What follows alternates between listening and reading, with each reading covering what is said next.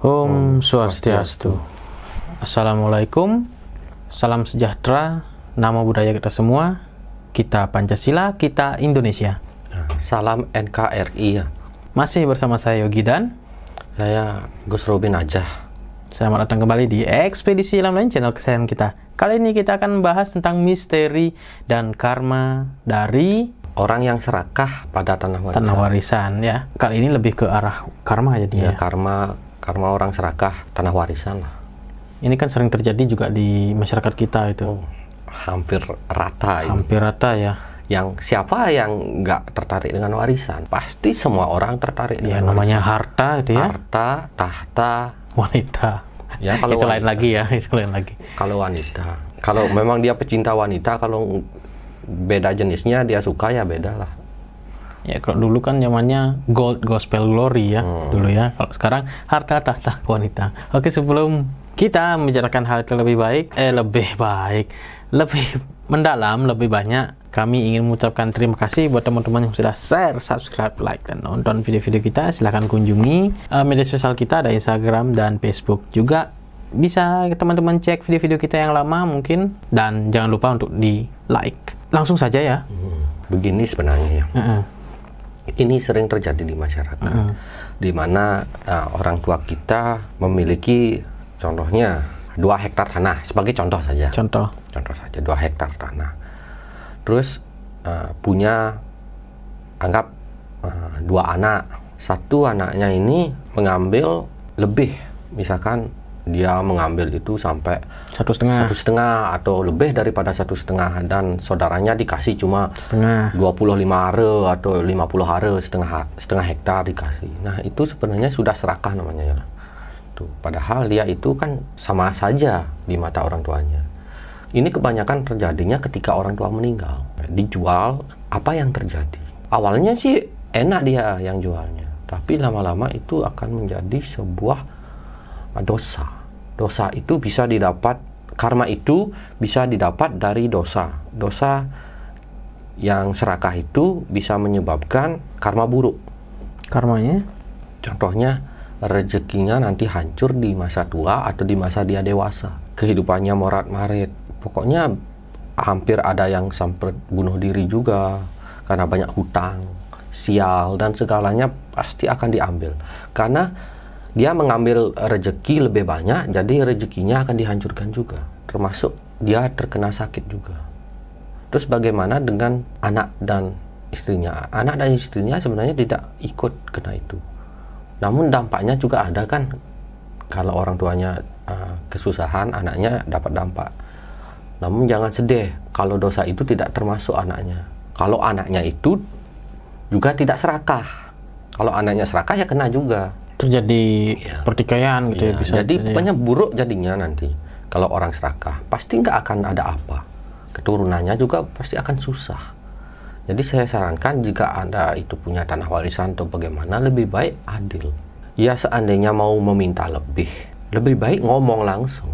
Atau misalkan kalau orang tuanya sendiri yang membagi tidak adil begitu, gimana? Orang tuanya yang dosa. Orang tuanya yang dosa. Terkecuali keadilan itu kan relatif ya. Ya.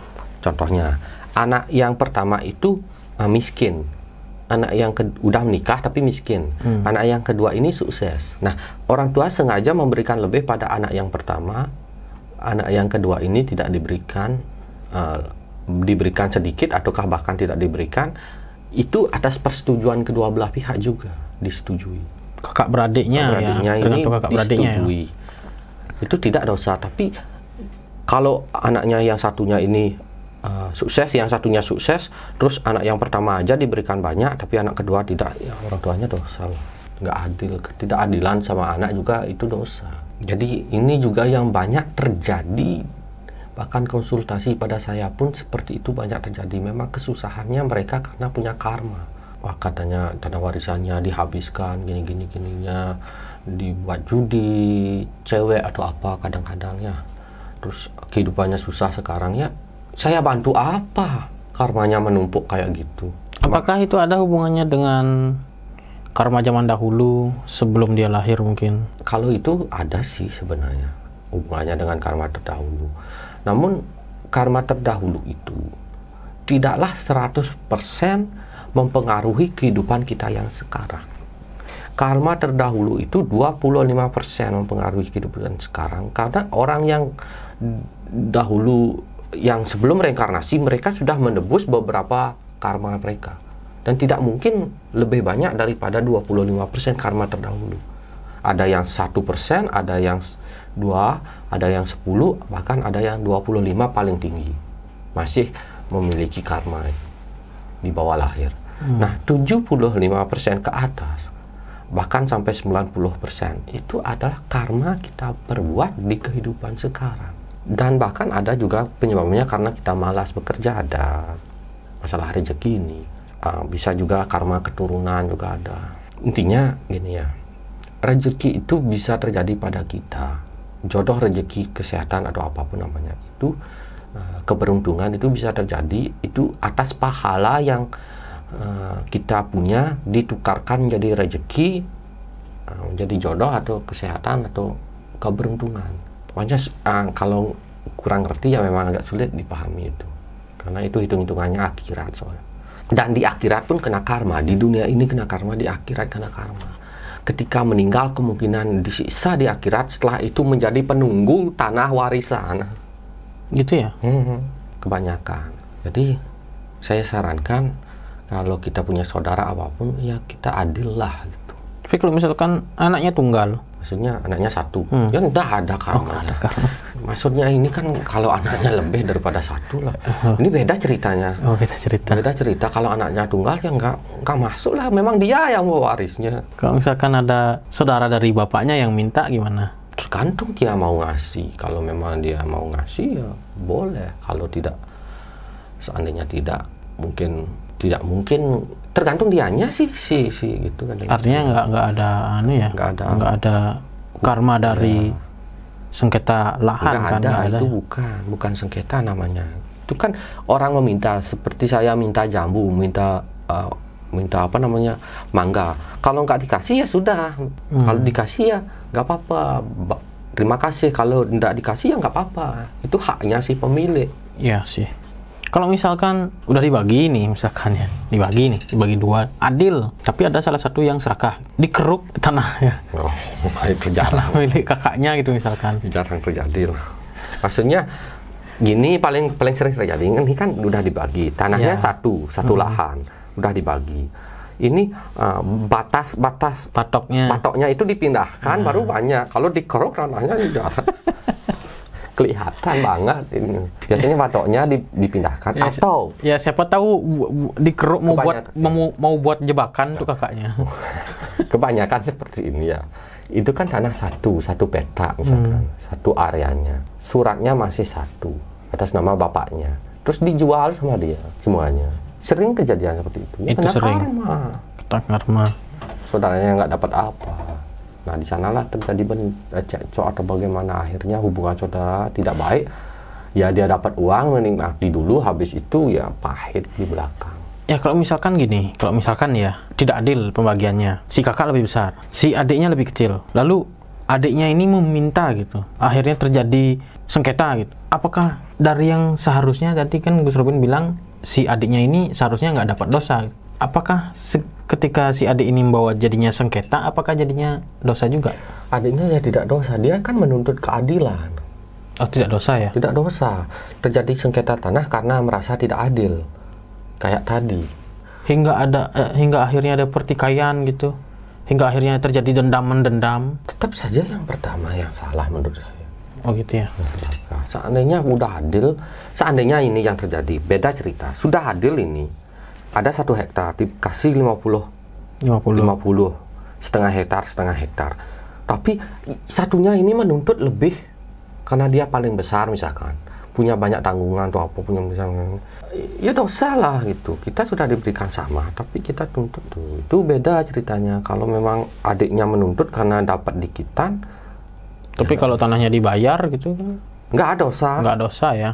Ya, saya bayar tanah kamu setengah, sama kamunya tak bayar, berat. Ini berat. Asalkan jangan keruk aja tanahnya sampai habis, ya sampai ke Saya akan keruk tanahmu sampai ke kerak bumi di bawah biar keluar magma dari bawah bumi. Nah itu.